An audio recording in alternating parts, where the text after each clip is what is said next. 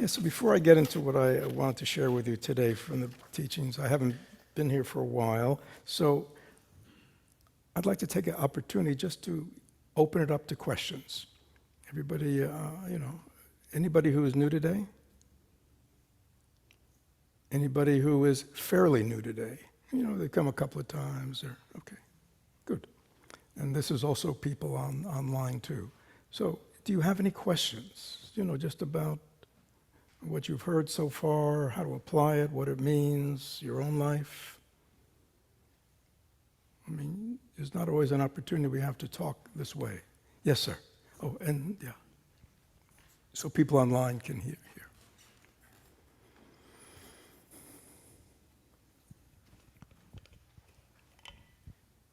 Hello.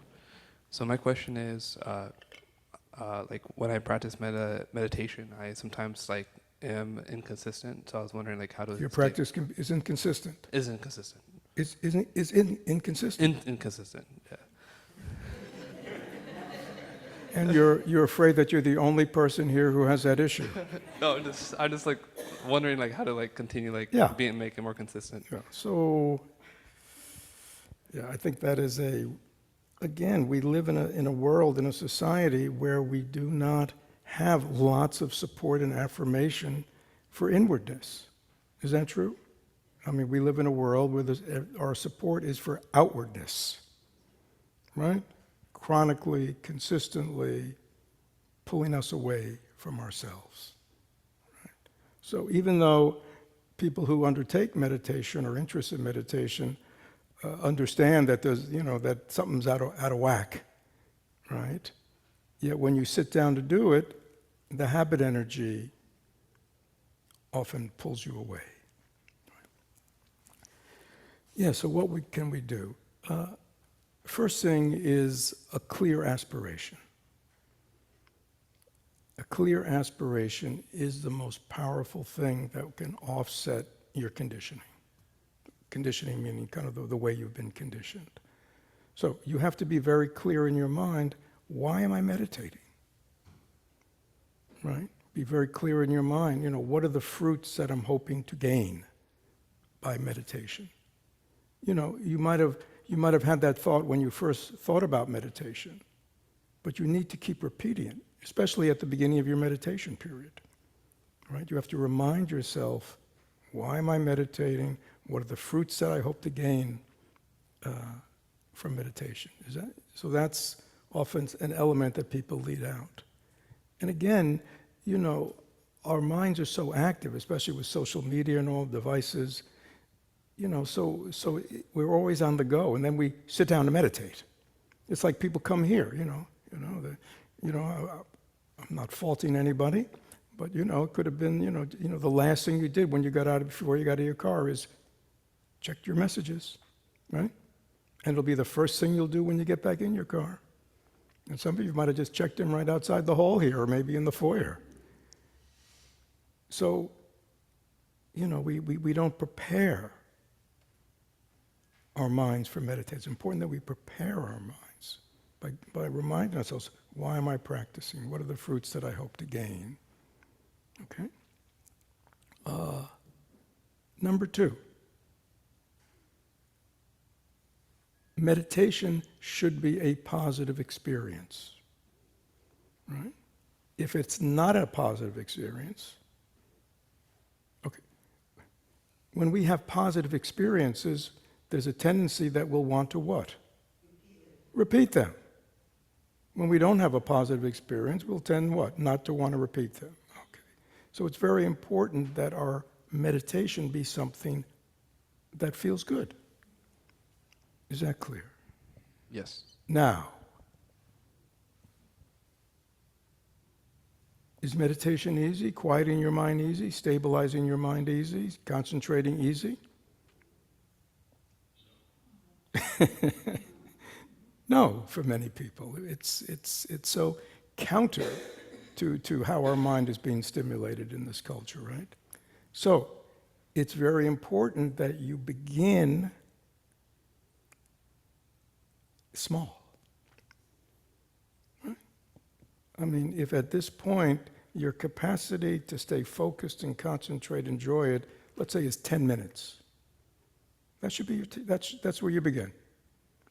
And then you can increase it. But to say I'm going to sit 30 minutes every morning, and if that 30 minutes you're just thinking and planning your day, well, it's probably good that you're just sitting.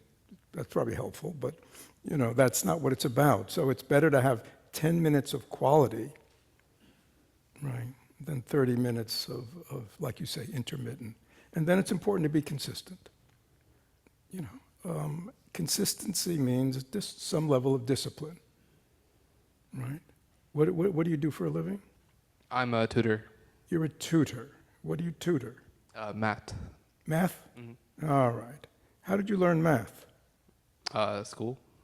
You went to school? Yeah. And you just kind of sat in the class sleeping? No. How did you learn math? I mean, the teacher taught us. And you listened? And I listened. And you did the homework? Yes. Good. And over time, did you get better at math? Yes. Okay. So you have to be consistent if you want to develop this skill. It's a skill. It's like any other skill that you might have developed in your life, any other competency you might have developed. And everybody in this room has developed competencies in their life, either intellectually, academically, right? For your work, hobby, sports. And if you think about anything that you're competent at, it's only because why? Practice. You've repeated, and over time you get better at it. And many of the things that you may be very competent about or masterful when you first started, you may not have been. Is that clear? Yes. So remember that we need to apply just a lot of the common sense things we already know about, adapting and learning new behaviors, new skills. And see meditation, which is really training our minds, or actually retraining our minds. I mean, that's what we're doing. And so, all those areas of your life where you've gone through training, apply the same skills here. Okay? Okay. Good. Any other questions? Anything online, just chat it in. We have a couple online. Uh-huh. Augustina says, I am struggling with attachment to the body through the practice as I've become more aware of my body. I've learned to love my body and want to take good care of it. But I'm also more aware of a fear to harm my body and its decline. I don't want to detach from my body. I also don't want to I also do want to care for my body in a good way. So what is the middle path? Yeah, so, again, that's a whole Dharma talk. But the first question was, what about her body? She wants to, Becoming more aware of the body, learn to love my body, want to take good care of it. Yeah. There's a fear of harming it and its decline, but also not wanting to detach. Yeah, again, I'm not sure what's behind all that. Yeah, we want, as we, becoming mindful is becoming more aware. And as we become more aware of what's going on around us and what's going on within us, we want to definitely be aware of what's wholesome and what's not wholesome, what's harmful and what's not harmful, right? Because those are the kind of things in life that can make life better, and those are things that can sabotage our well-being and happiness and those of others, right? So mindfulness for people like us who are lay people has to be about knowing wholesome from unwholesome, right? Harmful from non-harmful. And so, hopefully this person is more and more aware of those things that are harmful, those behaviors, those actions that are harmful to her body, and is kind of making them the focus of her practice. Right? This is a practice of transformation, of changing. And that means we have to be very aware of what are those habits, what are those behaviors, patterns, or whatever they are in so many ways that are not supporting or nurturing well-being within myself or in my relationships with others, right? And finding ways to stop. Now, the one thing about stopping behaviors of the body, they're easier than stopping behaviors of the mind, right? This mind's a wild animal, isn't it? Right? But if my mind is telling me to raise my hand now and hit my head, it's not that hard to maintain control over my hand, is it? Because the hand is under the control of the mind. Right? And even though the mind may still be giving the wrong directions, if I'm aware, I don't have to do it, do I? And so usually transformation often begins with changing behavior. That's the easiest. And then changing patterns in speech, and then finally changing the mind. Now, at the same time, changing the mind makes it easier to change our patterns of speech and certainly change our patterns of behavior. And we definitely want to give up, behaviors that are harmful to our bodies. I mean, harm to our bodies is epidemic in this society, isn't it? Whether it's addiction or food things or, it just goes on and on and on, right? We do a lot of harm to our bodies, overeating, eating the wrong foods, because we don't have a mind state where we clearly are clear about our aspiration. What kind of body do I want to have? How do I want my relationship to my body be? Do I want to do harm to my body? So when we are aware and are willing, see, mindfulness and awareness is not just of the breath. That's a skill we're learning, right? But it's really about using it as a tool in transformation. And in the past, when we are driven by impulsivity, right, when we are driven by our habit energies, right, we are just slaves and servants of our past. With mindfulness, with awareness, and having criteria, we now have the capacity of seeing what's arising in me. That's the road to freedom. If I can be aware of what's arising in me, the thought, the feeling, the perception, the impulse, the desire, whatever, and if I can hold it in awareness for just a couple of minutes, create some space. In that space, I have the opportunity of doing something different. Many people, there's no space. Impulse, act out.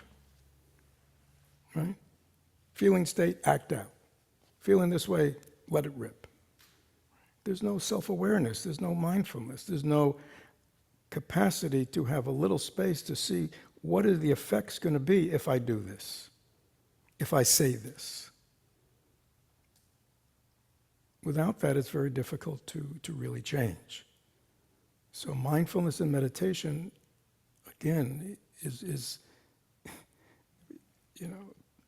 mindfulness and meditation in our modern American society has been taken out of the context in which it was developed as part of the Buddhist path, which was it's part of the path of healing and transformation.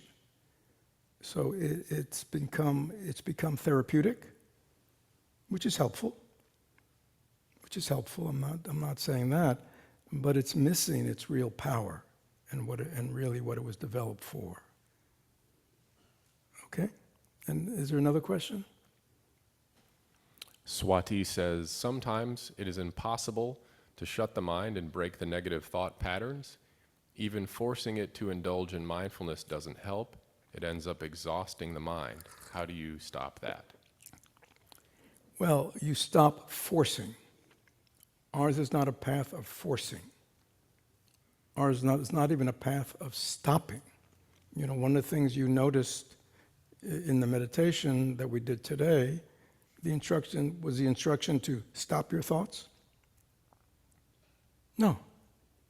The instruction was shift your awareness away from your thoughts and that they're still going to be there. Right? Just the way, you know, when we do meditation in a group, we can't say, can everybody please go away? I want to meditate. No, we meditate in a group.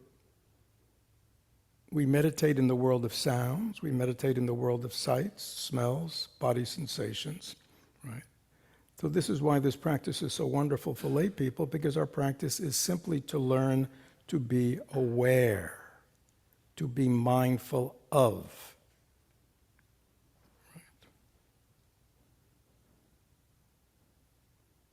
So a good example is, I can go to the mall on Christmas Eve.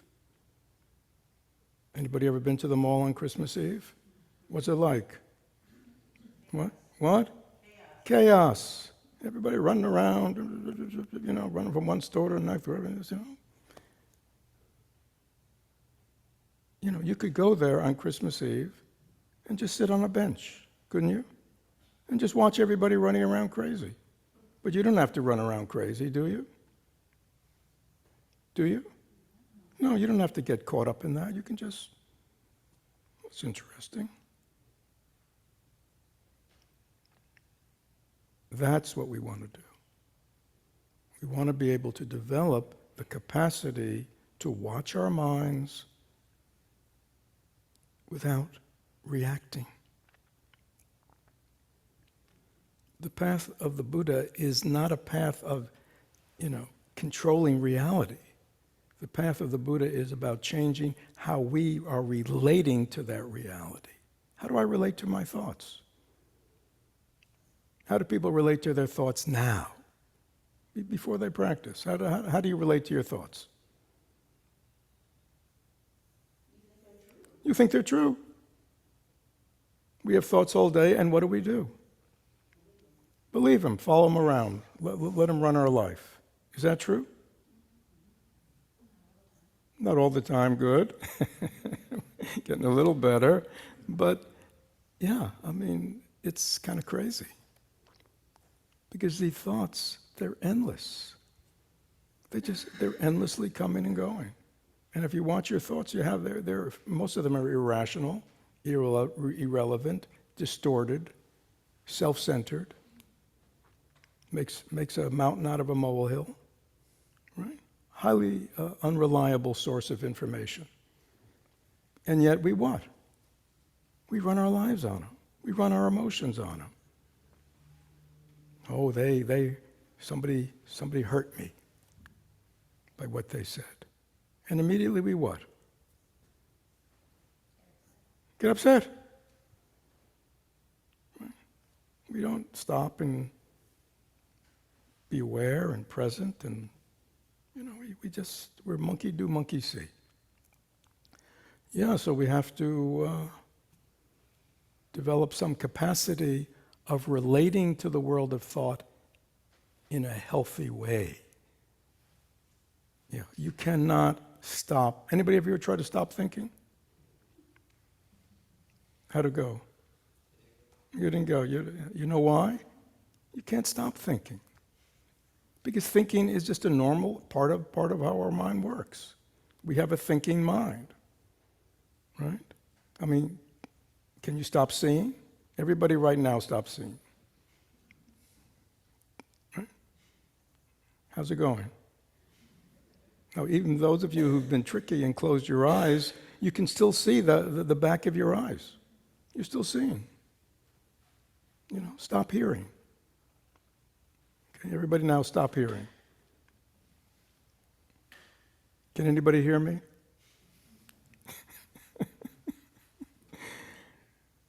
You know, we have these consciousnesses. Thinking is a consciousness. It's just in our modern world, things are out of balance. Right? So to be a human being is to see, have visual experiences, to have auditory experiences, to smell, to taste, to have bodily, and to have the world of the conscious mind, the thinking mind, right? We have 6 consciousnesses.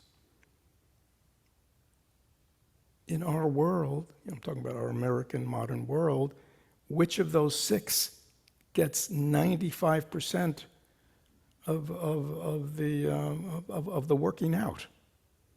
Take a guess. Yeah, see, it's everything's out of balance. So we're not trying to destroy the thinking mind or control it, right? Because thinking's good. Why are you here? Because somehow you had a thought, right? Or you read a book that had thoughts, that somehow meditation, mindfulness, there's good thinking. There's positive thinking. There's thinking that supports and nourishes our life. Those are the ways we want to be thinking. But there's a whole realm of thinking where we distort, where we misinterpret, where we overreact, where we sabotage, where we ruminate, where we obsess. I mean, I could go on and on. Those are distortions of this wonderful tool of conscious mind. So in our path, we're not trying to control thought or stop thought. We're changing our relationship with thoughts. And over time, we'll even change the content of our thoughts as we learn, I can develop a whole range of wholesome, helpful ways of thinking that actually support my life rather than sabotage it. Yeah, so we don't get down on thinking. Get down on certain patterns of thinking. And get down on our inability to be enough detached from our thoughts that, just a fundamental meditation practice in Buddhism is watching your thoughts. I mean, I'd say that to everybody. If you want to practice, watch your thoughts. Learn to watch your thoughts. No judgment, no evaluation, just watch them come and go without grasping. Okay? Anybody else in the hall? Business is picking up.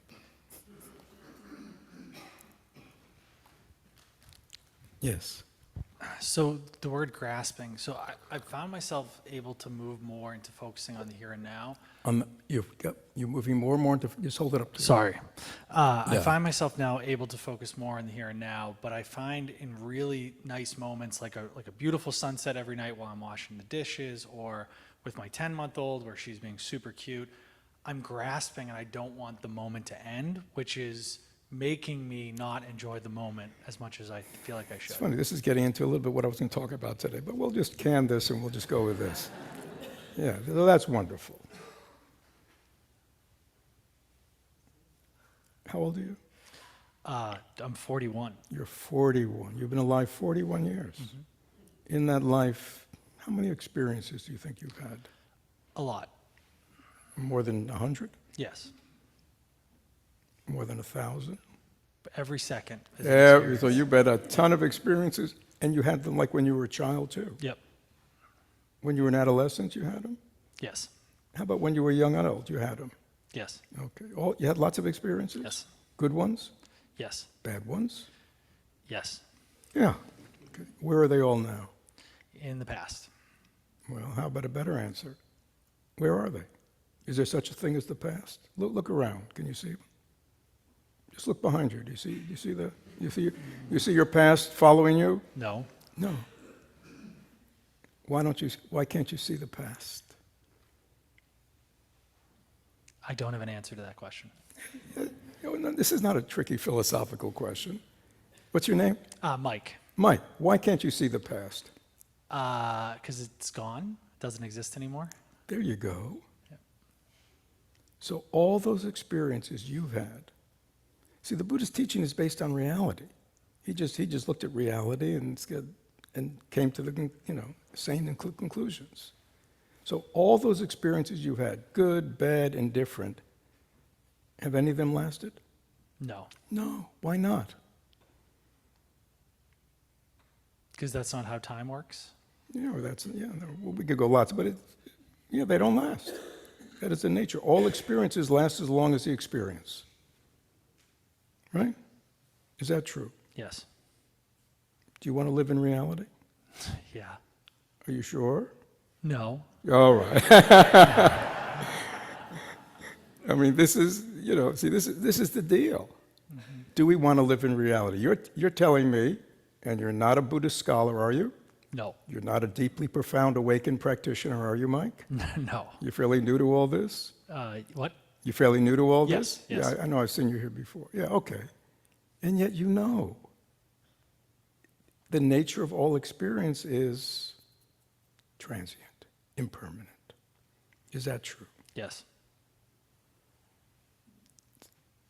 I mean, that's not bad or good, is it? That's not right or wrong. That's just the way it is. So all your experiences with your daughter are going to last as long as they last. And when that experience is over, there'll be a new experience, right? Is that true? Yeah. Yeah.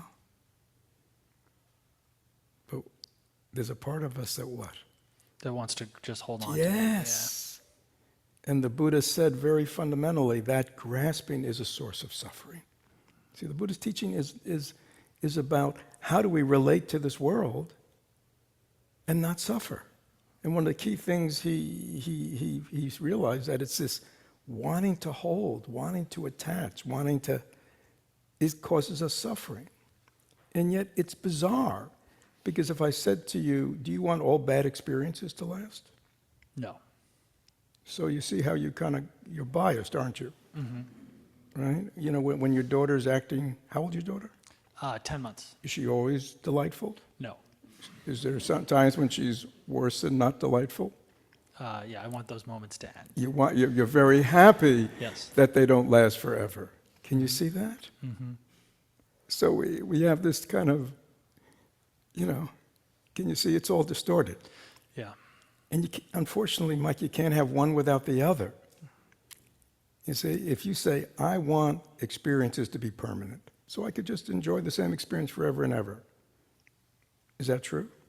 Do you want that? Maybe at first if I don't think about it, but if you think about it, even a great experience for 10 years is going to be pretty boring and awful. Yeah, after 10 years. well, that's also true. Yeah, after a while, you won't be, you won't find her that delightful, right? Yeah. It's like saying, come on, it's like when's she going to change, right? I mean, how much cuteness can you take, right?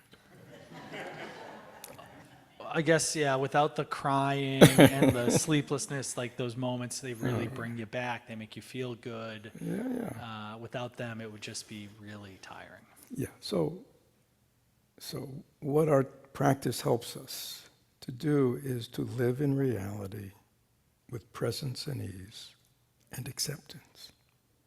So, can you accept that with your daughter, there will be many, many, hopefully wonderful moments? Yes.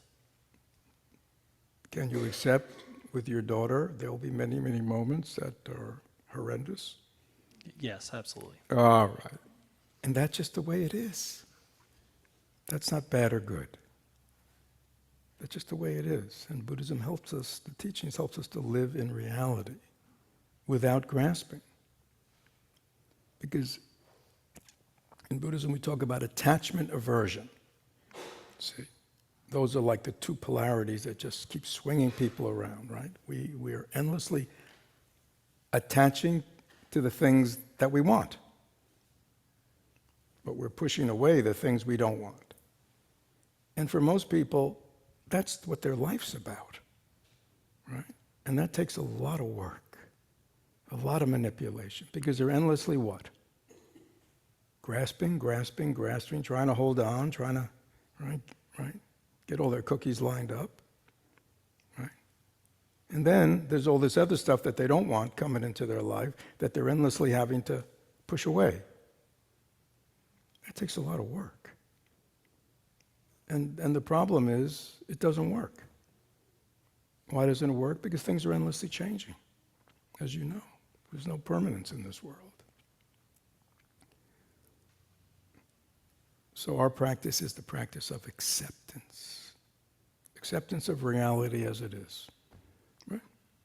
So as you said, like when when you have a thought, right, and you realize you're thinking during meditation, when I realize that I'm trying to grasp, I should just acknowledge that and just, in some way, just tell myself to accept the fact that you can't make this moment last.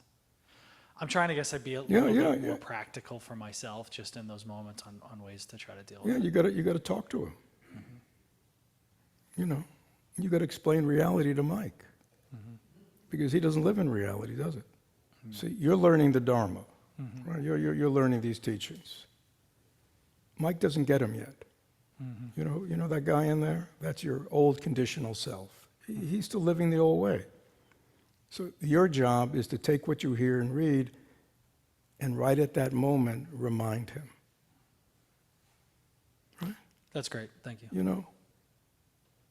So, you enjoy your daughter when they're enjoyable moments.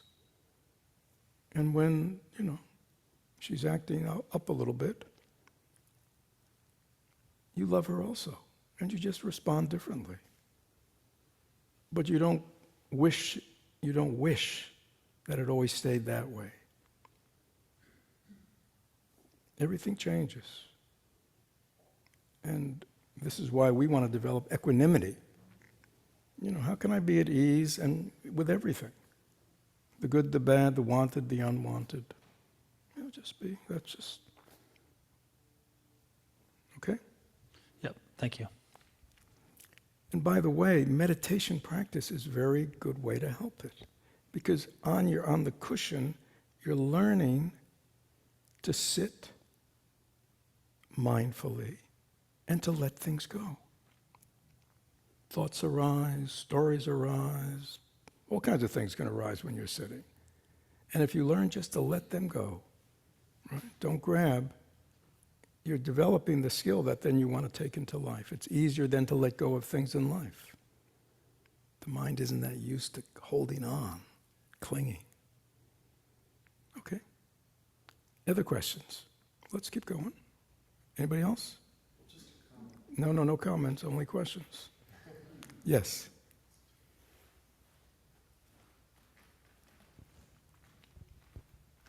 Hi, my name is Kara. Kara? Kara. Kara. Yes. Hi, Kara. Hi. So I would like some advice on separating yourself from something that you identify with, specifically with your career, because I'm a nurse, and so I enjoy my job in a way where I can actually practice Buddhism by right speech, right thought, right action, and helping people to alleviate their suffering. Wonderful. But I also understand that in Buddhism, we're supposed to let go of identities and, to try and help lower our ego. And that identity is a form of attachment, because there are also social So you're a attachments. little familiar with Buddhist teachings. What's that? Sounds like you're a little familiar with Buddhist Oh. teachings. Yes, I'm new here, but I have practiced Buddhism for about 8 years. Oh, good. But keyword is it's practice. Yeah, sure. So I just wanted some advice on how to, I guess, enjoy my work and enjoy practicing Buddhism at work and everything, but not feeling so attached to it, to my identity, to let go of that ego part. Yeah, so, there's a lot there. That's another whole Dharma talk. Yeah. Have you ever been in theater? As a child, Yeah, what kind of theater were you in? just plays for school.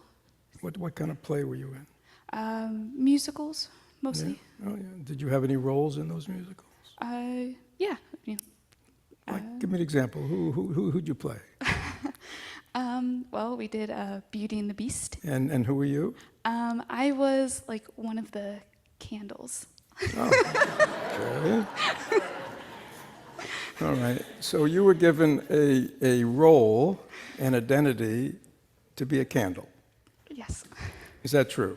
Yes. Okay. And you used to go to rehearsal, so you practiced being a candle, right? And maybe you had a costume you put on to be a candle? Mm-hmm. And you had a costume. So you had a costume, you had an identity, and then in the play you had a role as a candle? Mm-hmm. Okay. All right. And you rehearsed and practiced, and maybe you took it seriously to be the best candle you could be, right? Mm-hmm. Now, when the play was over, and you took off your costume, and you went home, did you continue to identify yourself as a candle? Not for very long, no. Not for very long. So you were able to very seriously play your role as a candle, but you knew.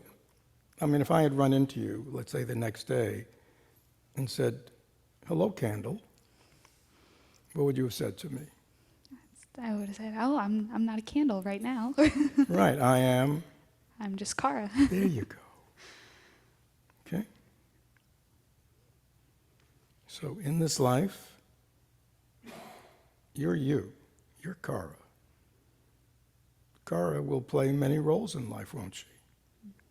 I don't know you at all, Kara, but I'm sure, nurse is just one of the roles you play in life. Do you have any other roles? I'm a daughter. You're a daughter. Right. Good. That's a role you play in life. I mean, when you go to work, do you identify as a daughter? I identify as a daughter when I'm taking care of my parents. Yeah. But when you're at work, you don't. Your thing doesn't say daughter Kara. Correct. You're right. nurse Kara. Right. And when you're taking care of your parents, you're very aware you're taking care of them in your role as daughter. Do you have any other roles in life? Any other kind of relationships or things you do? I'm a, close friend to many. So you're a friend. That's a role you play.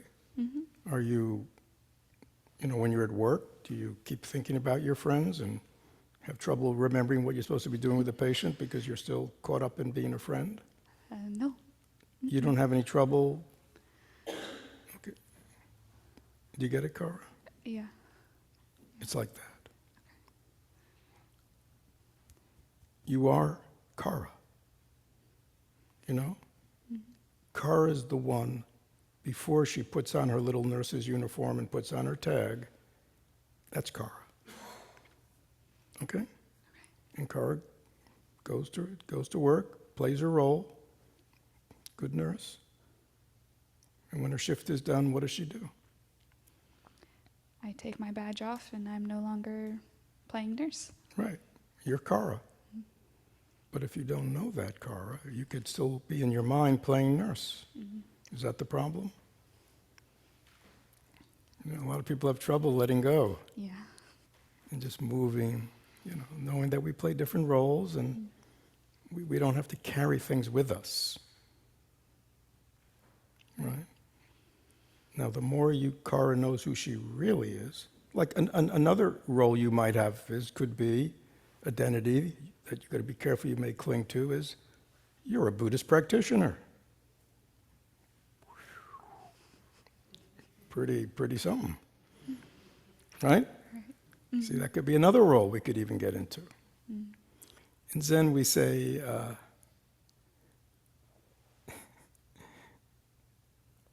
I don't need a Zen head. I already have one. I don't need a Buddhist head. Right? We don't have to put identities on us. And yet, if somebody says to you, "Are you a nurse?" you'd say what? Yes. Yeah. But inside you know you're much more than just a nurse. Right? Yeah, that's a good point. Right? So you want to know yourself. The more you know yourself, the more you can, work with identities, do your best, and yet it's not really who you are. Does that answer your question? Yes, I appreciate it. Thank you. Thank you. Couple online, Fred. Yes. Logan says, as I understand, part of our practice is to release attachments. Can you clarify how this may apply to relationships with our loved ones? Is attachment different from commitment? I wouldn't want to be a passive partner in a relationship. Yeah, so this is the deal, okay? We are lay people. Is that clear? Are there any monastics in the room? Right? See, in the Buddhist tradition, there aren't too many traditions, like in the Buddhist tradition and in the Catholic tradition, there are these people who take vows of what? Well, celibacy, poverty, right? And basically, whereas they renounce, lay householder life, which is our life is a life about what? To be a lay person, lay men, lay women, we exist in the world of relationships. Is that clear? That's our world. So as opposed, see, if you're a celibate monastic monk or nun, they practice what is called detachment. All right? I'll just detach. I'll detach from relationships. I'll detach from money. I won't own anything. I'll shave my head. I'll just wear, a uniform, right? They detach, they separate themselves from all the things that make up our life. So, as lay people, we are in the world of relationship. We're in the world of desire. We're in the world of things. So our practice is the practice of non-attachment. Non-attachment means what? See, like, this is attachment, right? I'm attached to this, right? This is non-attachment. It's still here, but I'm not attached to it, right? Like, if you've been paying close attention during the course of this talk, you've noticed there have been times when I put this down, and there have been times when I pick it up, right? And then I put it back down. But I haven't sat here the whole time like this, have I? If I sat here the whole time like this, I would be attached. Non-attachment is freedom, right? When I need it, I can pick it up. When I don't need it, I can put it down.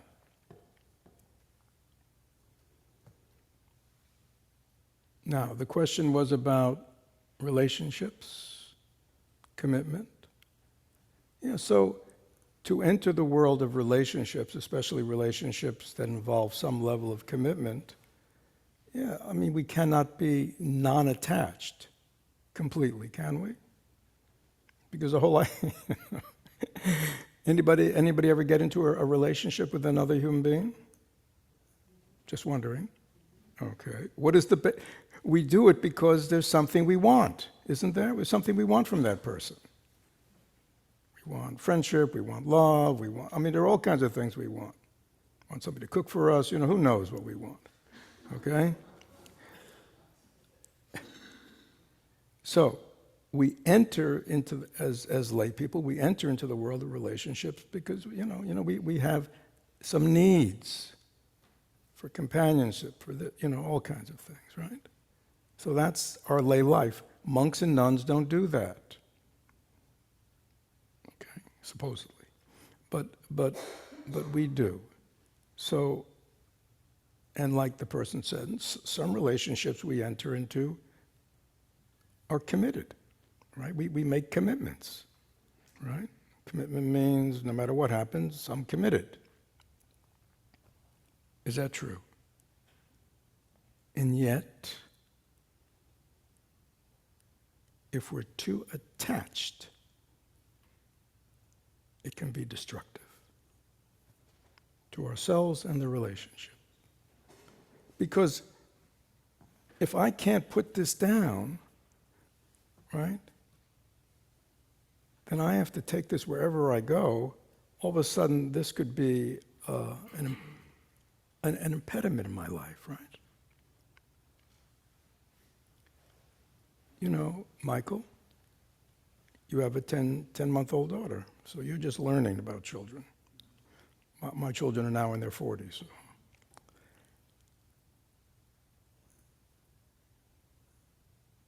Do people change?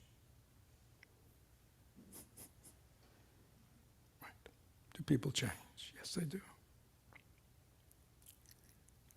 If we are attached that things always have to be the way they are, then what's going to happen when those things begin to change?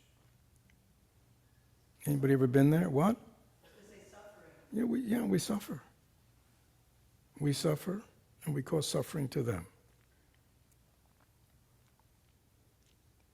So, non-attachment isn't easy, you see. Detachment, you know, I don't care. Let them do whatever they want, right? Detached. I'm detached from the world. I'm detached from things, right? Over here is grasping.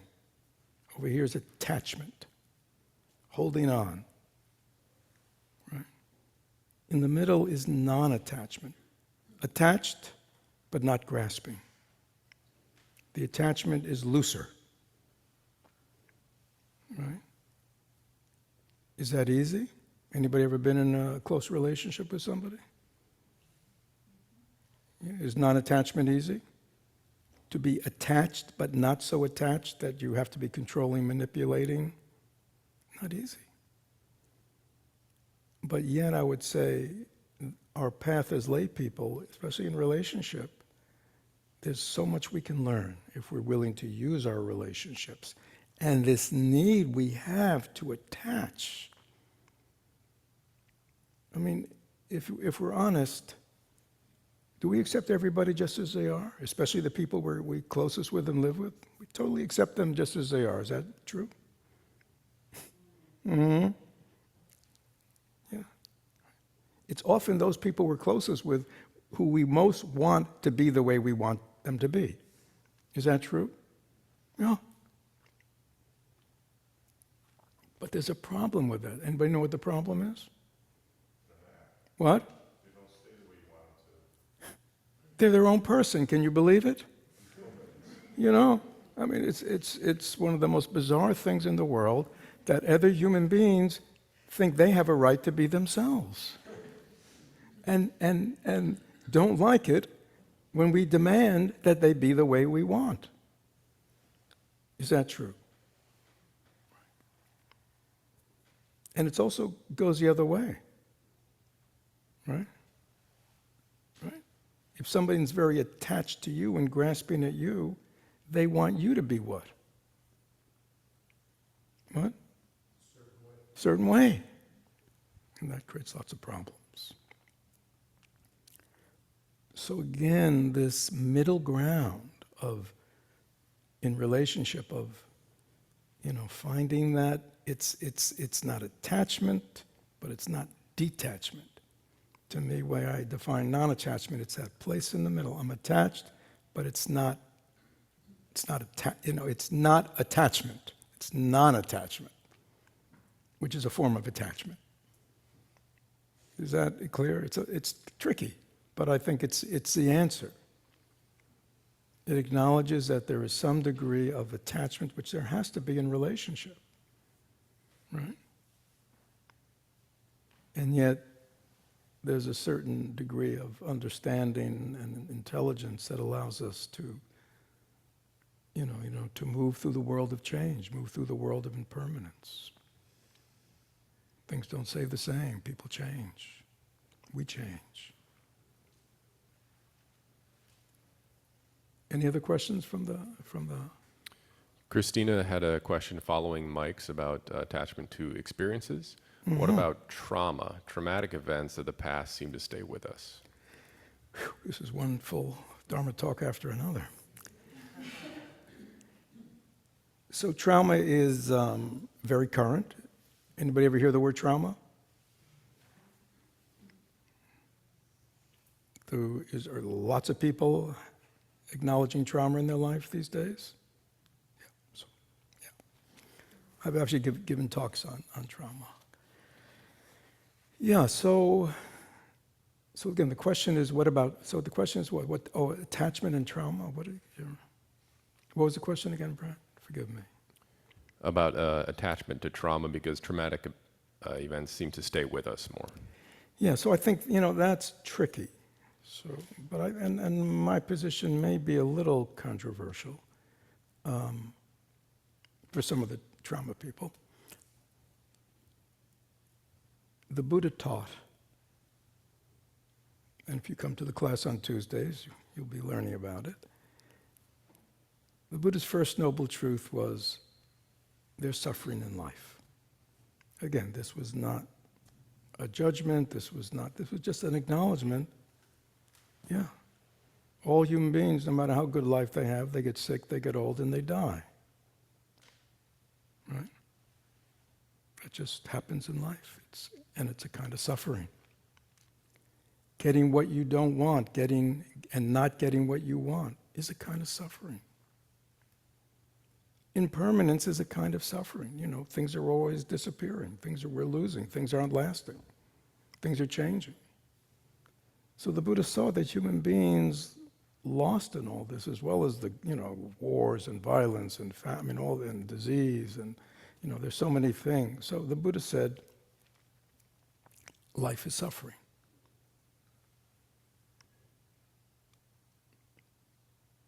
Things happen.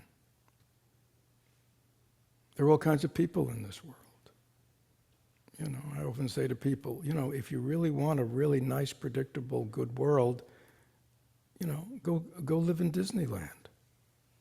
Right? I mean, what a wonderful world. In Disneyland. Anybody ever been to Disneyland recently? It's wonderful, right? Everybody's happy, Minnie and Mickey. Nobody grows old, they're still there. You know what I mean? Everything works, everybody's friendly with you, all the people are friendly with you. It's a wonderful world, isn't it, at Disney? But that's not reality, is it? Yeah, reality is what's real.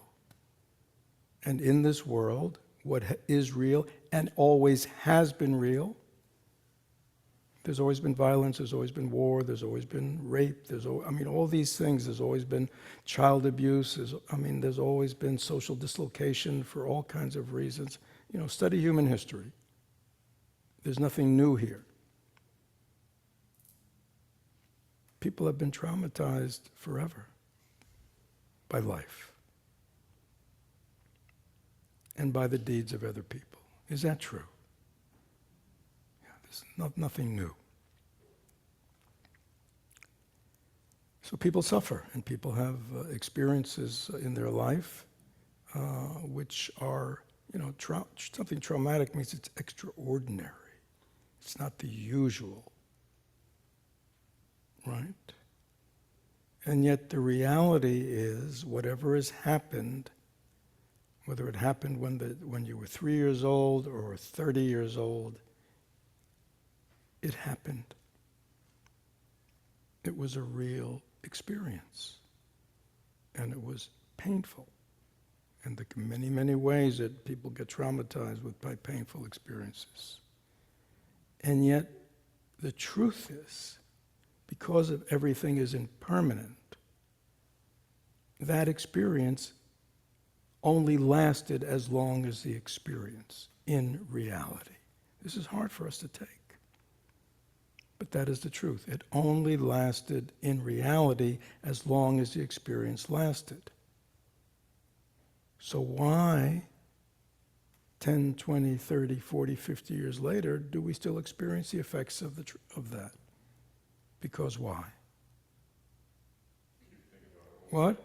Yeah, because we've carried it with us. Yeah. And it wasn't like we wanted to, because we didn't know how to handle it. You see, if your body gets traumatized, if you got a good gash to your arm, right? Trauma to the body, what would you do? What would you do? Treat it. And if you treated it, what's going to happen? It'll heal. And all will be left will be just a little scar. I got some scars. Right? I can touch these scars. Guess what? They don't hurt. Why don't they hurt? Because they've healed. So we know that our human body has incredible capacity to heal itself if we do the right things. But if I left that wound unattended, if I constantly picked at that wound, would it heal? No. So not knowing how to deal with and not having a context in which to understand that traumatic event or situation, it deeply wounded us. And not knowing how to heal that wound, many people have just stayed with them in their bodies and their minds for decades. So if you're somebody like that, please heal. You can heal now. Okay?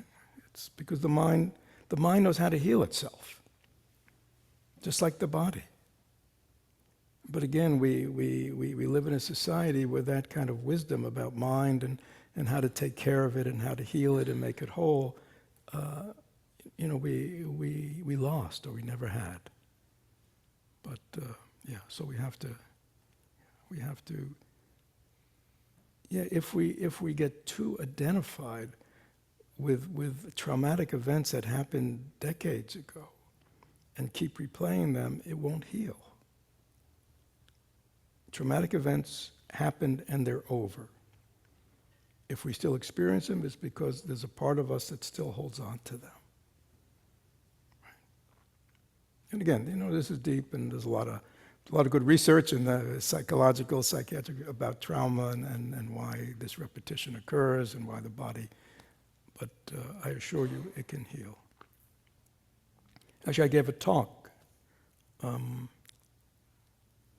think earlier this year, specifically about trauma and in relationship to the Tibetans who were profoundly traumatized by the Chinese invasion, homes destroyed, people killed, lost everything. And yet when the Western mental health people came to interview them with their diagnostics identifying trauma, they didn't have it. And yet went through horrendous experiences. We won't go into it. You can listen to my talk because they had a way within the framework of their mind, their dharma, their culture, that they didn't dwell on it.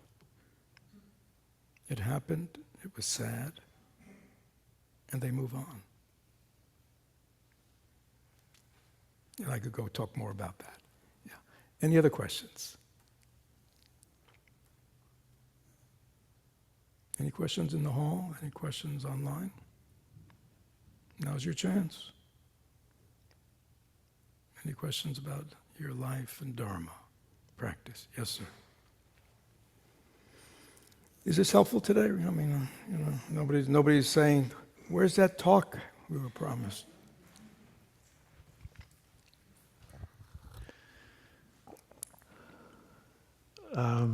So I want to ask you if you've been through a dark night of the soul, and how it starts, and how it ends, and how long it lasts. So is this a personal question from you? Yes. Yeah. So can you help some people not familiar with that phrase, which is comes out of the. So I don't want to opine on it. I just feel that to some degree, becoming mindful rips off the mask, Yeah, yeah, and that's painful. yeah, yeah. That's just good. And then at some point you start seeing other people's masks and you start feeling lonely. And you also get more aware of your own mask and you get more in tune with the Can you hold that up dysfunction. to your face so everybody can hear? Just hold it closer to your yeah. You get more in tune with the dysfunction and the insanity and the momentum behind your own Yeah. mind. And that's painful. Well, And you're a little bit alone in all of that. yeah, yeah. And the more you look at it, the more you can see. And the more you can see, the more Yeah, yeah. painful it gets. So I just feel that, Yeah, what do you feel? enlightenment in the process of really getting to that point, sometimes a little bit oversold. It's not. Oversold. Yeah, it's not in being what- It's not about being blissful and happy. It's about being present with Yeah, yeah. Oh yeah. the pain, with the joy, with all of it. Yeah, yeah, yeah. Yeah, And so then being lonely with that. So that's why I ask if you've been through it and and how that's a long. good no. Well, now I understand. Yeah, good. So, yeah, I mean, isn't there a phrase, "ignorance is bliss"? I'm not sure that's really true, but yeah, yeah. I mean, many people live ignorant of really who they are and what's really going on inside them, right, deeply, and are not really present to the suffering in the world, right? And when I say suffering in the world, I don't just mean, Ukraine or Gaza, you know what I mean? I mean like just the suffering of other human beings, suffering of people in our own family, people we work with, colleagues, yeah. So there is a price to be paid for becoming more aware. And oftentimes, if somebody happens to be somebody who has kept things down, kept things locked away, kept things hidden, been in denial about things, yeah, it can be when the light is turned on, it can be a little rocky, right? It's like, it's like, those places in your house that you never clean, but you keep the door closed? Or you never straighten up, you know what I mean? You just keep the door closed. Yeah, and like one day, you flip on the light and you take a look and you go, wow, what a mess, right? Right? And so, another way of thinking of mindfulness is turning on the light. That's all mindfulness is. It turns on the light so we can see what's there. Is that clear? Now, like you said, when you start turning on your light within and without, you go, whew. There's a lot of sad stuff there, right? A lot of messy stuff there. That's good. It's good because, what's your name? What? What's your name? Sneyman. Sneyman. Yeah. Yeah, so when you turn on the light, Sneyman, yeah, you just see what's there, okay? And if you never had the light on, or you always kept it very dim, yeah, when you turn it on, it can be a little disconcerting, okay? But it's the path forward. It's your choice whether you want to live in denial and if you want to live with the lights off, or whether you're willing to enter the life, with the lights on so you can see clearly. And then the question for you is, you just have to continue on. So Yes? it's your choice only once. What? It's your choice only once. Once you've started switching on the light, you can't go back. You can't Well, you unring a could. bell. No, I would say it's a choice. There are people who enter a transformative life and then they stop. Yeah, you can go back. You can turn off the light again. You can close the door. But my sense, eventually, you want to get here. Yeah. So this is this is the life of the Buddha. I just told the life of the Buddha for the first class. I mean, this is what the Buddha went through, right? I mean, there he was in Kapilavastu. He was like this little prince. He was little principality. He had it all. Right, he was the heir to the throne. He had a wife. He had kids. He had concubines. He was healthy. He had everything, right? And then he experienced sickness, old age, and death. And all of a sudden, which meant, impermanence, like, this body that so handsome and youthful, was going to get decrepit and old and get sick, right? And with death, like all his possessions, all his reputation, everything, meaningless. He's going to die. And everybody he's in relationship with is going to die. He went through a dark night of the soul, right? His whole worldly life became very flat because he was consumed with like, what? None of this lasts. So, that really is what precipitated his spiritual search. So he went forward and eventually led to his great enlightenment, of which we're still benefiting today. And then we're fortunate because he taught for 45 years. So his teachings and his practices are very well documented. So coming back, I mean, people who tell me, spiritual life meditation, it's always happy and blissful, they're not, I don't know what they're practicing. Well, I know what they're practicing. They're practicing these kind of spacing out practices. There's a whole genre of practices where you kind of space out, you bliss out, you have these kind of high experiences, right? Through meditation or other kinds of, ecstatic dancing. I'm not putting these things down, but they're all just time limited. You just feel it short term. The Buddha experienced all those things. He actually went to these meditation teachers, and all they taught were trance states, ecstatic trance states. And he realized, while you were in them, they were great. Unfortunately, they didn't last. And when you came down, you're back being who you're back in it. So he was looking for a transformative path. Okay? So this is what it's about. But I wouldn't, your eyes are just opened. But don't despair. There's lots of goodness in the world, and there's a path out. If there was no path out, it would be kind of despairing. But there's a path out. It's very clearly demarked. Lots of people have been walked it for 2,600 years. Okay? So you can feel happy about that. I mean, the Buddhists taught, there is suffering, there's a cause of suffering, you end the cause of suffering, and you have nirvana. And that's the path. Okay? Whew. Anything else? Any other questions before we end? We still have about another 5 minutes. Yes, sir. Last but not least.